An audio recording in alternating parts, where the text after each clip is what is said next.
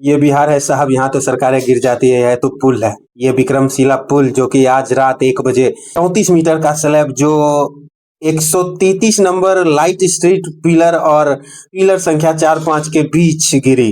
ये बहुत बड़ी अनहोनी होने से बच गई और इतनी बड़ी अनहोनी हो सकती थी जो आप सोचे भी नहीं होंगे। लेकिन प्रशासन जो एक टियर नंबर 133 के पास एक स्लैब है वो धंसना शुरू किया। तो हमारे स्थानीय अधिकारी और जो हमारे उनके सूझबूझ से उन लोगों को वहाँ से बाहर निकाला गया। जैसे लोगों को बाहर निकाला गया ठीक 15 मिनट के अंदर टियर नंबर 133 के पास एक मेजर स्लैब गंगा जी में गिर गया। की बहुत बड़ी जिम्मेदारी और बहुत बड़ी सूझबूझ के साथ ये अनहोनी से होने से बच गई।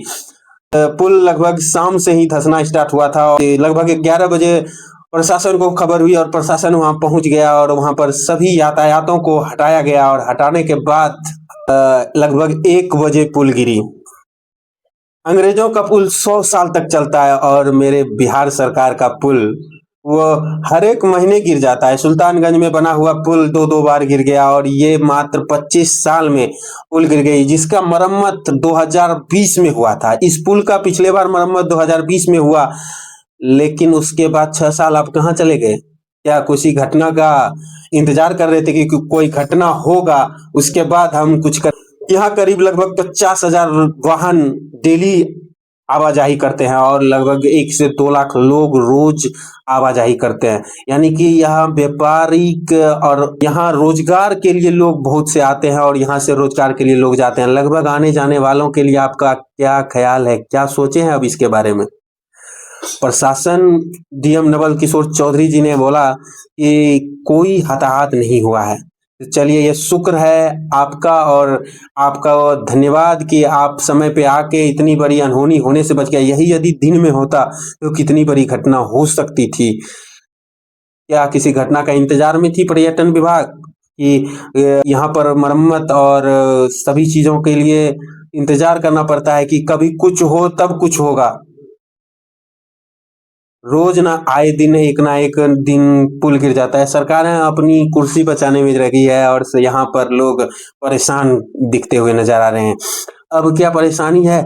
यहाँ पर लोग कितनी रोज आते हैं, रोजगार के लिए रोज जाते हैं, बच्चे आते हैं पढ़ने के लिए जाते हैं। अब उनका क्या होगा? अब उनके बारे में क्या होगा? कैसे वो आएंगे जाएंगे? क्या जहाज, पर्यटन विभाग अपना जहाज भेजेगी या पीपा पुल बनाएगी या ये सुनिश्चित करेगी कि यह पुल कितने दिनों में तैयार हो जाएगा? अभी यह समय लगेगा इनको बनने में, लेकिन उसके लिए आपको घूम के मुंगेर होते हुए जाना पड़ेगा या मालदा होते हुए जाना पड़ेगा। 2 रास्ता है आपको, भागलपुर से सीमांचल या भागलपुर से नगोशिया के लिए। आप मुंगेर होते हुए घूमिए या इधर से घूमिए। यह पुल जो कि 16 जिलों को जोड़ती थी और सीमांचल से लेके मधेपुरा से लेके नगोशिया से लेके खगड़िया तक के लोग यहाँ से अब पढ़ने, बेगूसराय पढ़ने और रोजगार करने आते थे, जिनका अब रोजगार भी रुकेगा और बहुत सारा यातायात भी रुकेगा, कितनों की नौकरी भी जाएगी। क्या व्यवस्था होगा सरकार का वो देखना पड़ेगा। सरकारें इस पर क्या सोचेगी? नई सरकार है, जल्दी सोचना पड़ेगा क्योंकि लोग परेशान होंगे तो सरकार को भी परेशान होना पड़ेगा। इस यह पुल का उद्घाटन 2001 तत्कालीन मुख्यमंत्री राबड़ी देवी जी के द्वारा किया गया था। 4.7 किलोमीटर का यह लंबा पुल है जो कि गांधी सेतु के बाद बहुत ही ज्यादा यातायात होता है इस पे।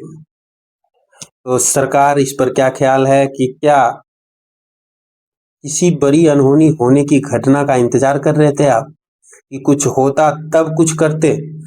इससे अच्छा है कुछ कर लीजिए, यदि नहीं कुछ करे तो इंसान की जान बख्श दीजिए। कुछ होने से अच्छा है कि इंसान ये सोच ले कि हम अब खुद अपने आप